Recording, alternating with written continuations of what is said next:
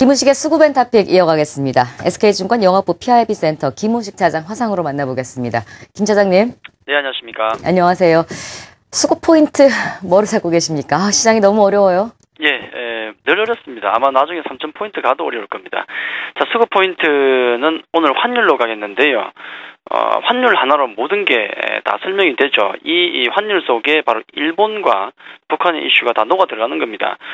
우리가 지금 구조적으로 좀 문제가 되고 있는 것, 1사분기 실적 걱정하고 있는 것들 등등이 바로 엔화 약세와 관련된 것이고, 그 다음에 두 번째 원달러 환율 같은 경우가 지금 약세로 상승이 나오고 있죠. 자, 이 부분 외국인 수급에 상당히 부정적인 영향을 주고 있는데, 이건 바로 북한의 위협입니다. 상당히 중요한 이슈가 이번 주에 동시다발로 지금 나오고 있는데, 일단 지금 BOJ 통화정책회의는 진행이 되고 있죠. 여기서 어떤 정책이 나올 것인가, 또 북한의 위협이 과연 어떤 반응과 어떤 추가적인 대응이 나올 것인가, 자, 이게 중요한데, 일단 그 BOJ 같은 경우는 그나마 지금 보기에는 그렇게 나쁜 얘기가 안 나오는 것 같습니다. 왜냐면 지금 엔화 약세로 더 밀어붙이기에는 좀 무리가 있다는 거죠. 분명히 이 일본 은행들의 어떤 건전성을 심각하게 훼손시킬 수 있는 어떤 금리 상승이 올 수 있기 때문에 조심스럽다는 얘기 있고요. 거기다 지금 형국 자체가 굉장히 불안하죠. 그렇기 때문에 엔화는 또 안전자산의 역할을 하죠. 그렇기 때문에 이번 BOJ 통화정책회의를 계기로 해서 다시 엔화 약세로 치솟기는 조금 무리가 아닌가. 일단 하반 경쟁성만 유지할 거다. 자, 그런 예상이 많은데 역시 공감한다 그렇게 말씀드리겠고요.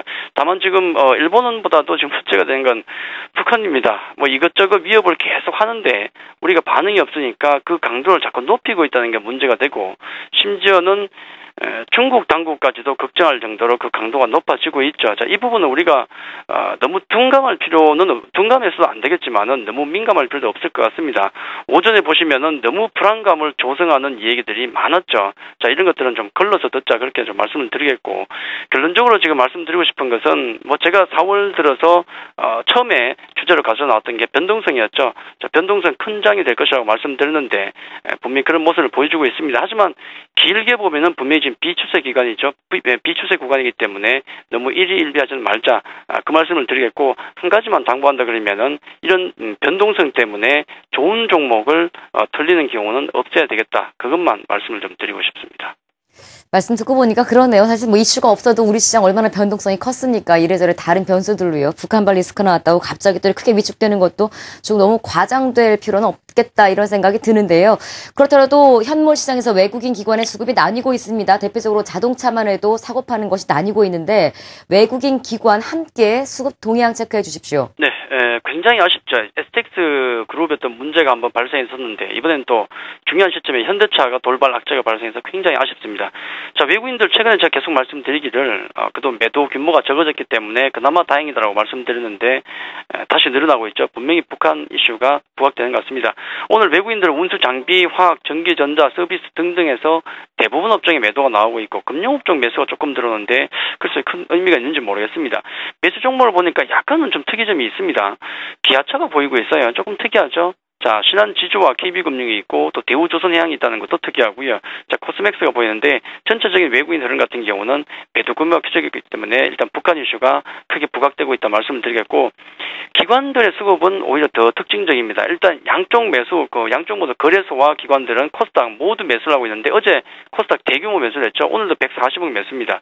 거기다가 거래소 같은 경우도 연기금이 드디어 움직이는 것 같습니다. 외국인 물량을 받아주고 있는데 특징적인 것은 금융 운수 창고 쪽에 매도가 나오지만은 운수 장비를 매수를 하고 있어요. 전기전자, 서비스, 화학 등 매수를 하고 있는데 매수 종목을 딱 보니까 현대차와 기아차가 박혀 있습니다.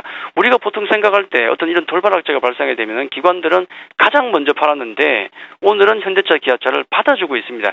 캡 하락 때문인지 모르겠지만 이 부분은 굉장히 특징적인 수급이 되겠고요. 자, SK하이닉스, CJ헬로비전, 대우인터넷 같은 종목이 들어오지만 일단은 외국인의 물량을 받아주는 역할은 최소한 해주고 있다. 그렇게 정리를 좀 해드리도록 하겠습니다.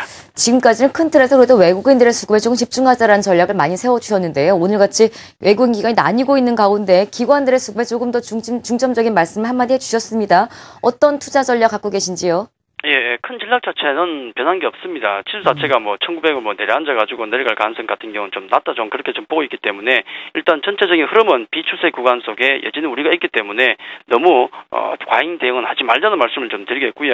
특히나 계속 강조를 드렸던 게 어제도 그랬었고 오늘도 그런 특징을 보이고 있지 하지만은 역시 코스닥 쪽의 중성주 같은 경우는 뭔가 좀 다른 모습을 보여주고 있다는 거죠. 그렇기 때문에 실적이 강한 어떤 코스닥 종목 같은 경우는 중기적인 관심, 뭐 급락한다고 해서 팔 게 아니라 그런 기회를 오히려 매수의 기회로 활용할 수도 있다는 말씀을 좀 드리겠고요. 너무 매매가 작게 되면은 손실이 커지기 때문에 좀 차분하게 보시는 어떤 그런 매매 전략이 좋지 않을까 그렇게 말씀을 드리겠습니다. 네, 오늘은 큰 틀에서 좀 괜히 이런 변동성에 좋은 종목 털리지 말자, 뭐 이런 얘기도 귀에 좀 남고요. 큰 전략에는 변함이 없다라는 마지막 멘트 남겨주셨습니다. 김우식의 수급엔타픽 SK증권 김우식 차장 함께했습니다. 고맙습니다. 감사합니다.